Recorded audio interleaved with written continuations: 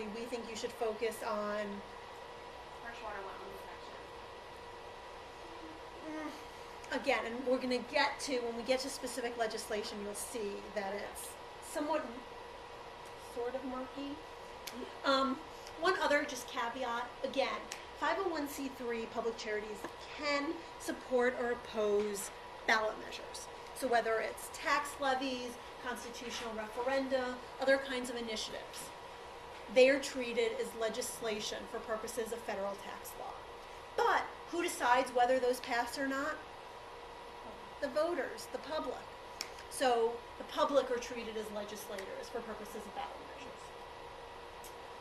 So what about, here we have a letter that the Chesapeake Climate Action Network sent to the Dominion Resources Board of Directors and CEO, encouraging them to stop building the Wise County Protection Plan, start dedicating its full resources to develop and promote efficiency. Is this a communication to a legislator?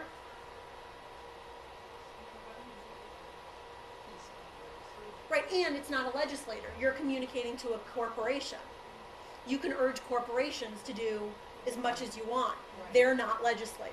So again, in terms of lobbying, you need to be communicating with legislators. And so again, it's always good to just sort of go through in your head, you know, all right, we're communicating. Is it a legislator? Just to be clear that you might be asking somebody to do something, but again, if you're asking Dominion Resources to do something, they're not legislators. So we need a communication to a legislator. Okay, those are pretty obvious. The communication needs to express a view about specific legislation. And the issue of what is specific legislation is sort of the most difficult to answer, and in some way the most amorphous. But I want to back up for a minute because the communication needs to express a view. And expressing a view is more than saying support this or oppose this. If you're communicating with a legislator about, you know, what it should look like and things like that, that could be expressing a view. You know, sort of, I've been at Alliance for Justice for almost 7 years, and I think my first week, somebody called and said, well, I was meeting with this legislator for half an hour about this bill, but we didn't express a view. Exactly. So what the heck did you talk about for half an hour?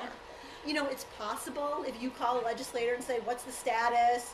You know, what's the timing? How many sponsors are there? You know, those are not expressing a view. But once you really start getting into the substance, you're going to be expressing a view.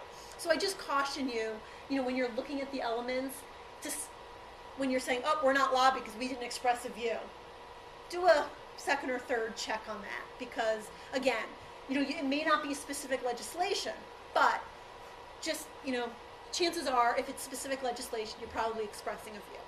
So then the question becomes, well, what is specific legislation? Clearly, bills that have been introduced are specific legislation. I think everybody agrees with that. So that is specific legislation. Specific legislation also includes nominations that need to be confirmed by the Senate. So the President's Supreme Court nominations, or a treaty that goes before the Senate. That is also specific legislation because it needs to be confirmed or approved by the Senate. So 501c3s can support nominations? So they can support nominations. They can't support candidates in a vote, but they can support nominations. But it's lobbying. And we have specific fact sheets on that because that's something that our organization does a whole lot of. So yes, you can support nominations. That is specific legislation. Specific legislation, so bills that have been introduced. But let's say there was a bill in Maryland, and you're in Virginia, and you want a legislator to introduce that. So if you go to your Virginia delegate and say, you know, we want you to introduce this bill from Maryland, that is specific legislation.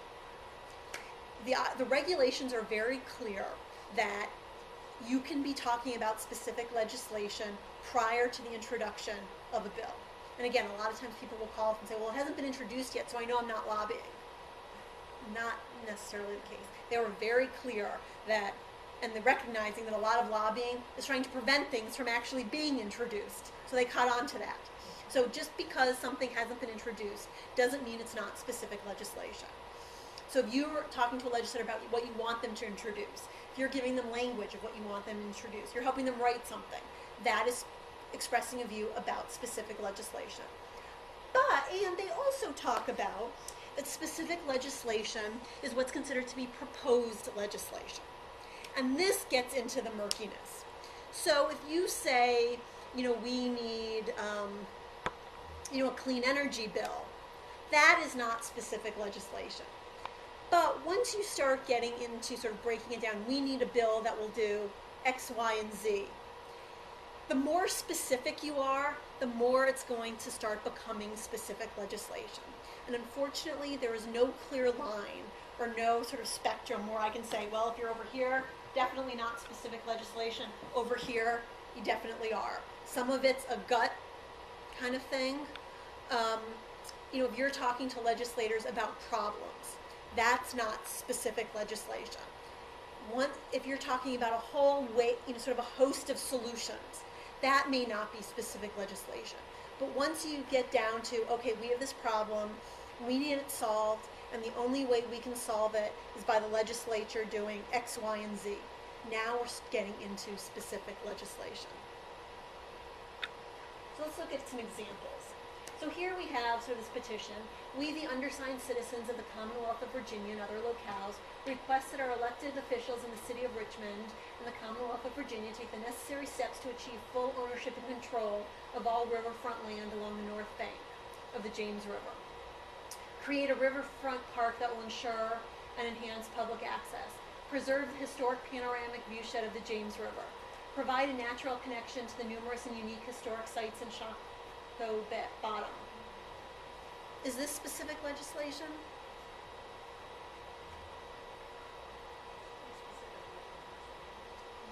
It's pretty specific what you're asking, but how can it... Exactly, but you don't need legislation. So this could be done through policy. This could be done through regulations. This could be done through an executive order. This could be done through a whole lot of ways. This could be done by getting a local business to turn their property into a park. There are a lot of ways these activities can happen. It's not necessary, it doesn't require, absolutely, the legislature to pass a resolution, to pass an ordinance. So this, I would say, is not specific legislation. Here, tell Congress America wants solutions for global warming. Saying we need strong leadership on global warming. I'd say that's not specific enough. There are a zillion ways, probably not a zillion ways, but that you could reduce global warming. If you were to say, we want you to reduce global warming by curbing emissions to X%, now we're clearly in specific legislation. But by saying, we want you to take leadership on reducing global warming, that can happen a lot of different ways. And that's not specific legislation. Can you say we need to cut emissions to meet a certain goal? And that's not specific because you're not saying how much you cut the emissions. But like to reach the 360 goal or 350 goal that was out there for the longest time, in order to meet that goal, we need to cut emissions. It's getting closer. Some of it will depend on some of the other context of, is it clear based on sort of what the larger context is of what's required. So if you did more, you would cut emissions, move to more renewable energy, Right. that type of thing, more specific. Yeah. I think maybe you don't tend to get into this. How often does the IRS actually? That's a great question. That's what I was thinking. Very little. But the IRS is overworked, underpaid. There are a lot more organizations than they have time for. And lobbying is not high on their list. Election activity, high on their list. Compensation issues, high on their list. Lobbying, not so much. But what is a bigger concern is not the IRS, but whether there are developers out there, or there are oil companies, or people who have a differing view, that a lot of times organizations or companies will file complaints, call the media, get disgruntled employees to file complaints, that it's a lot, that it can be much harder to try to attack you on the merits and much easier to try to distract you and to waste money and resources by focusing on legal issues. And that's why at the beginning, these are issues that lobbying, I'm sure none of you joined your organization because you care about these lobbying rules. But they're important because if you don't follow them,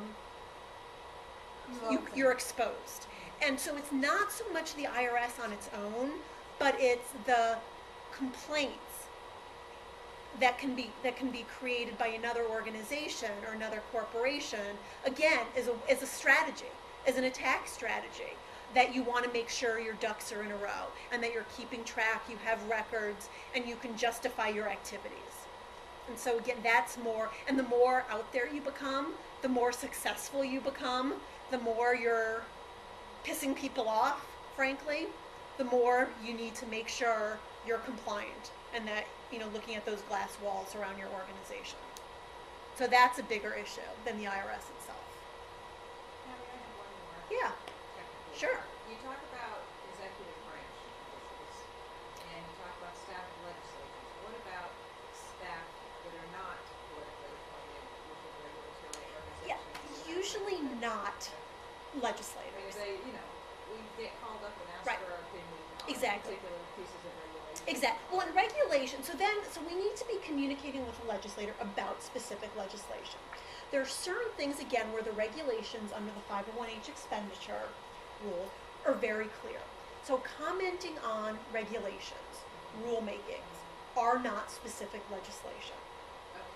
So you can be communicating with an agency all you want about what their policies should be, what their manual should say. That's not lobbying.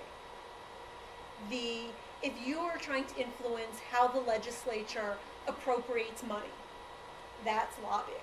If they give a chunk of money to the state agency, and then the state agency decides on its own, which pots to put the money in, going to the state agency and saying, we want more money in this pot, that's not lobbying. So It's- asking the legislator to designate more money to the agency would be lobbying. Exactly. Talking about how it's distributed. Exactly. And again, we're talking about regulations. So you could submit comments. You can testify before agencies of what those regulations should look like. You can even send letters or ask legislators to weigh in on the regulatory stage. Say, you are the sponsor of this. Can you write a letter or can you call the agency telling them what you meant? Again, you can even be asking a legislator to do something, but because you're not talking about specific legislation, it's not lobbying. Likewise, if you ask for an executive order, if the governor, the president can issue an executive order all on his own, and it doesn't have to go through the legislature, seeking that executive order or trying to get them not to issue an executive order is not lobbying. So again, sometimes you want to think about, what do you want? What is your goal? What are you trying to accomplish? And there might be different avenues to get there, some of which may be lobbying, some of which may not be. Seeking enforcement of existing laws, working on implementation of existing laws, not lobbying. And again, that might be calling legislators saying, again, as the sponsor of this, you should care about this. The agency is not paying attention.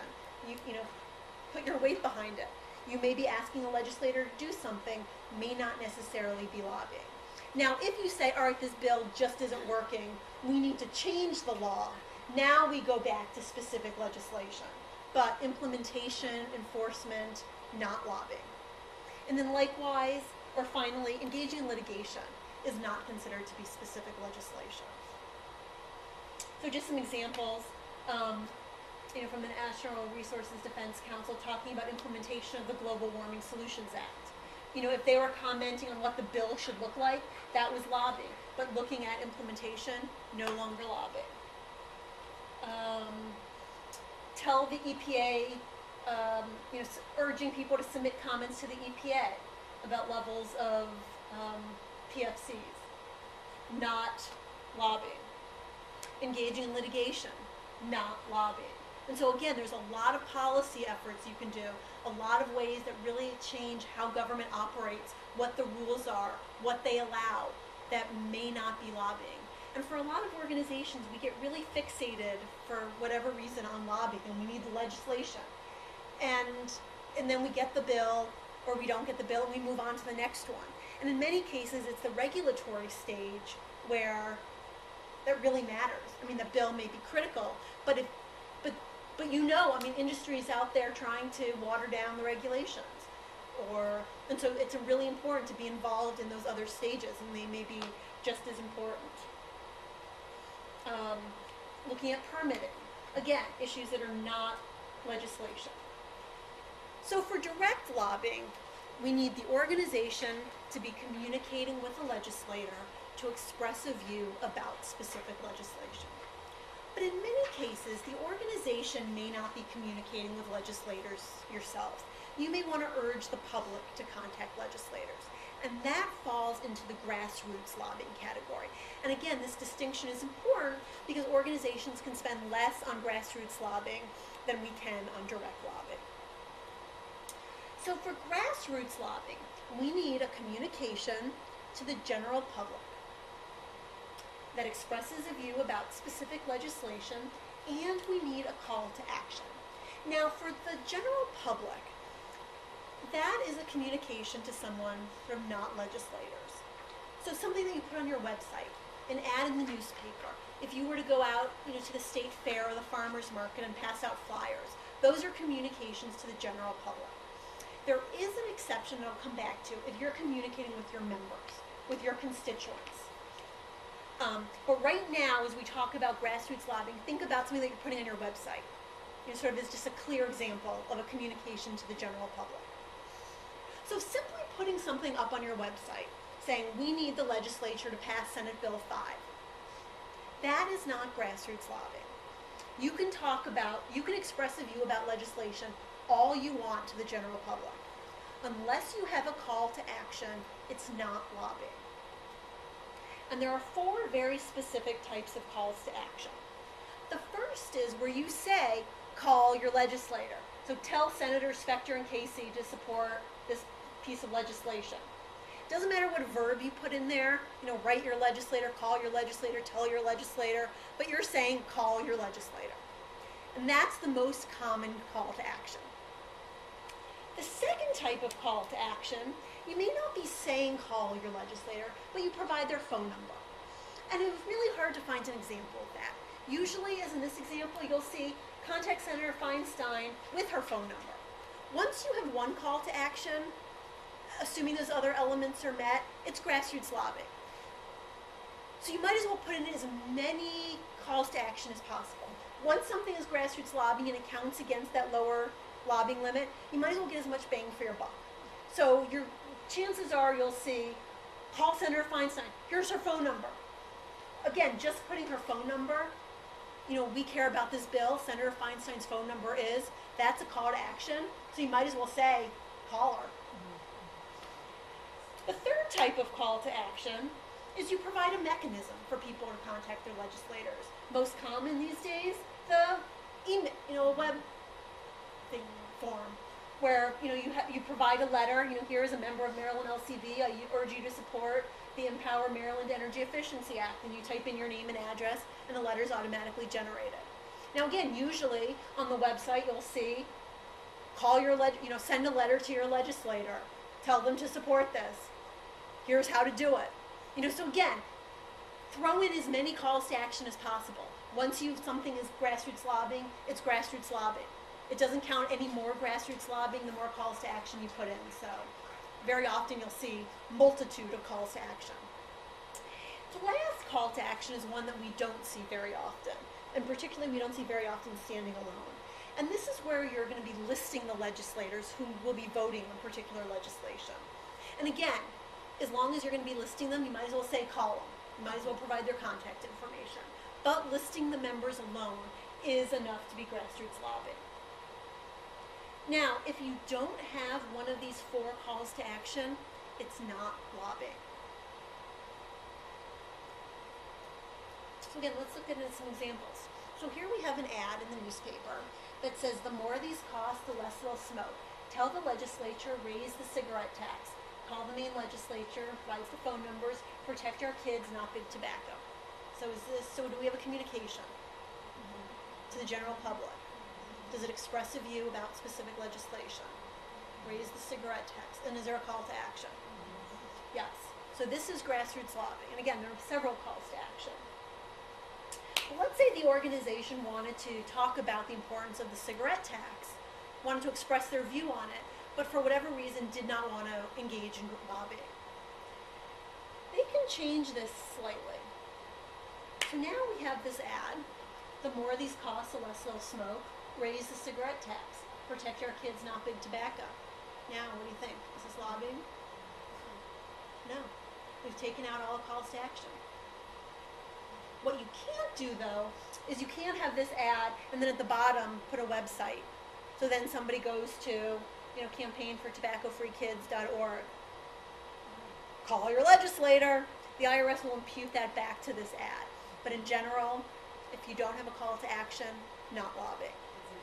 It's education. So you simply have the name of the organization, just don't put dot.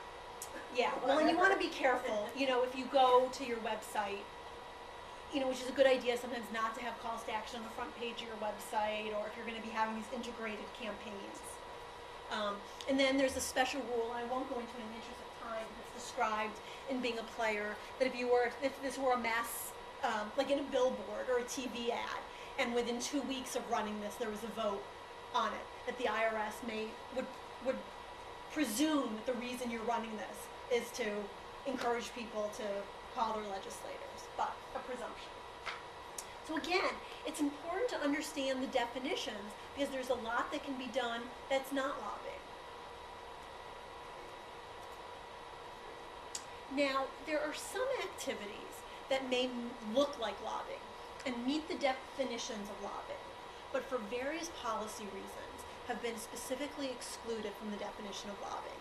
And again, these are definitions that apply only to those organizations that have made that 501h expenditure test. So, and to private foundations actually. But again, this is one of the best reasons to make the election because again, it provides for these clear exceptions.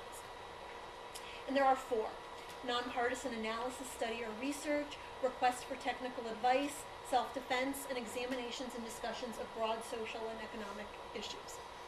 This nonpartisan analysis is one that organizations use all the time, where you can ultimately be commenting on legislation. To meet this exception, you need to have a full and fair discussion of the issue. Now again, no clear definition of what that means. It's clear that a bumper sticker that says, tobacco kills, that's not a full and fair discussion. You need to have enough of information that a reader could draw sort of their own conclusions. So you need to have a full and fair discussion of the issue, and the report needs to be broadly disseminated. You can't just send it to people who agree with you. Put it on your website. Send it to the media. Send it to all legislators. Assuming you do that, assuming this report has the full and fair discussion and is broadly disseminated, you can express a view about specific legislation. Assuming the report has the full and fair discussion of the issue and is broadly disseminated, you can express a view about specific legislation. So as part of the report, you can walk through the issue and say, we have this problem, we've done some analysis, based on our conclusions, based on our research, we think the legislature should introduce a bill to do X, Y, and Z. You can even include that bill in that report, and it won't count as lobbying.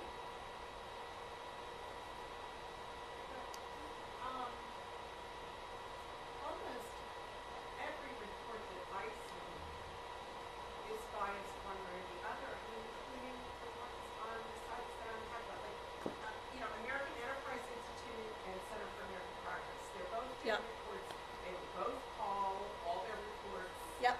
Pull them. Friday Yep. morning. Yep. And if you look at most at most organizations, they're not reporting very much lobbying because a lot of their work is being done as part of this analysis. It doesn't need to be, you don't have to make the other side's case for you. It doesn't need to be where you have to completely sort of have this unbiased report. but you have to have enough discussion where it's not just, partisan, or it's not just purely one view. But this is, if you look at the Heritage Institute, chances are I looked at this years ago and haven't in a while, but, very little lobbying. A lot of the conversations they have about legislation fits under this exception, or so they say. The reports is free, Right. just like they Yep, would read exactly. from your entire- Absolutely. But it's all. Yep. You can, in the report, then include, a little tear-out postcard that says, so call your legislator and tell them to support this.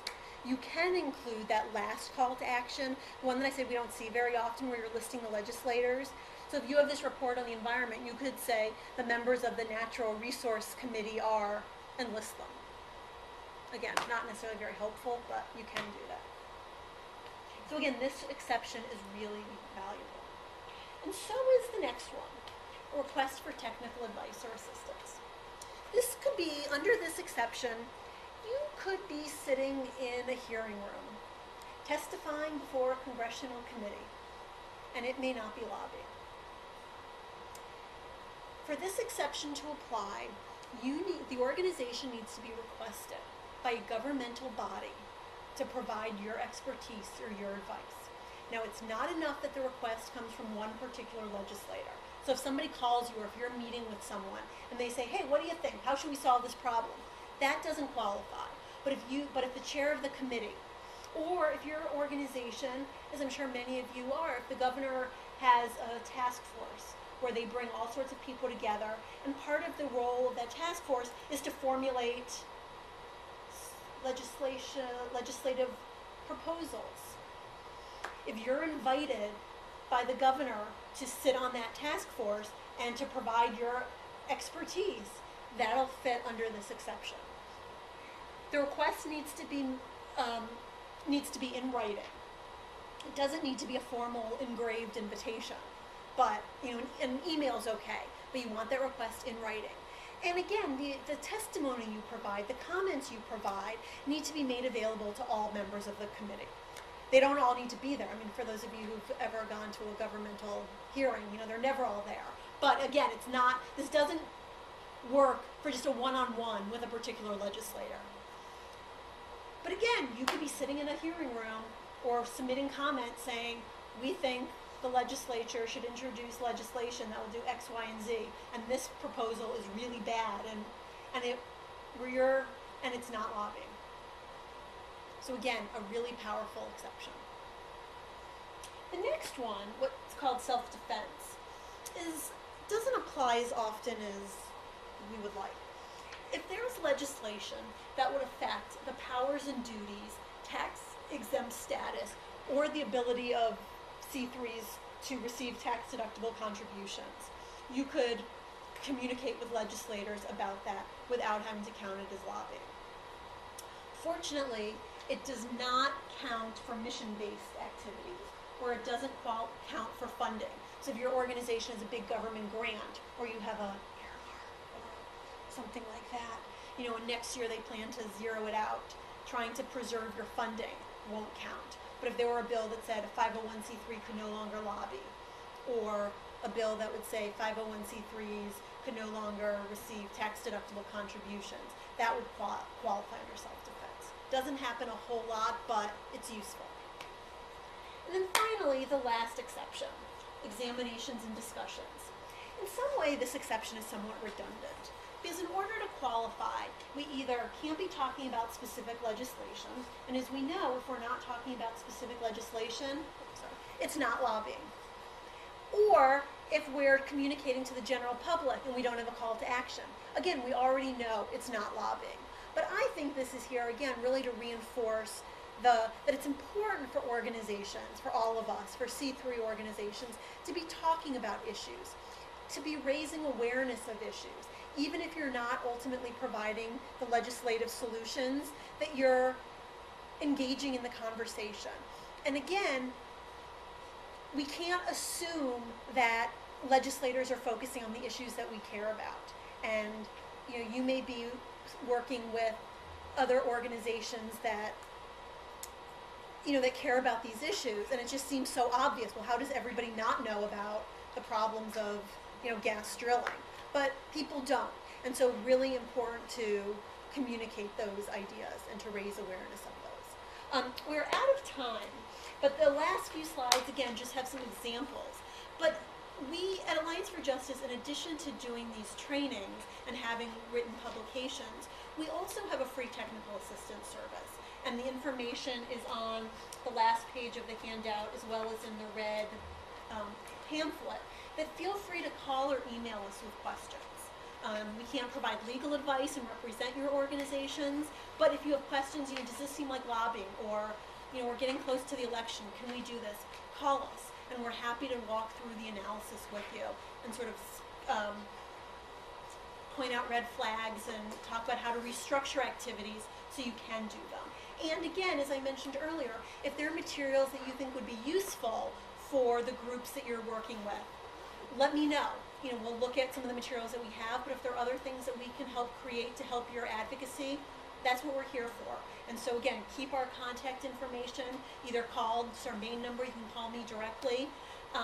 And anything we can do to be able to help support your advocacy, to empower you and all of the groups that you work with, to have that powerful voice and that loud voice is really important. So thank you for your time. And